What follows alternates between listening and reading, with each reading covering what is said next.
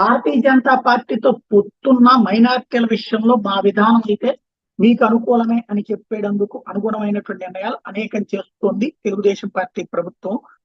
తెలుగుదేశం నేతృత్వం కూటమి ప్రభుత్వం. అందులో భాగంగా ముస్లిం మత పెద్దలకు ఇచ్చేటటువంటి డబ్బులే కాకుండా ఇప్పుడు మసీదుల నిర్వహణకి ప్రతి నెల 5,000 రూపాయలు అన్నటువంటిది మంత్రి ఫరూక్ ఆదేశించారు. మసీదుల నిర్వహణకు ప్రతి నెల 5,000 చొప్పున సాయం అందించేందుకు చర్యలు చేపట్టాలని మైనార్టీ సంక్షేమ శాఖ మంత్రి ఎన్ఎండి ఫరూక్ అధికారులు ఆదేశించారు. హజ్కు వెళ్లే యాత్రికులకు ₹1,00,000 ఆర్థిక సహాయం మంజూరుకి విధి విధానాలు ఖరారు చేయాలని సూచించారు. రాష్ట్రంలో మైనార్టీ సంక్షేమానికి ఉద్దేశించిన ప్రణాళికల మార్కు ఢిల్లీ వెళ్లి అక్కడ అధికారులతో సమన్వయం చేసుకుని కేంద్ర ప్రభుత్వ పథకాల నిధులు కూడా రాబట్టాలని చెప్పి ఆదేశించినటువంటి పరిస్థితి. ఓవరాల్ గా ఇప్పుడు రాష్ట్ర ప్రభుత్వం ఇస్తుంది.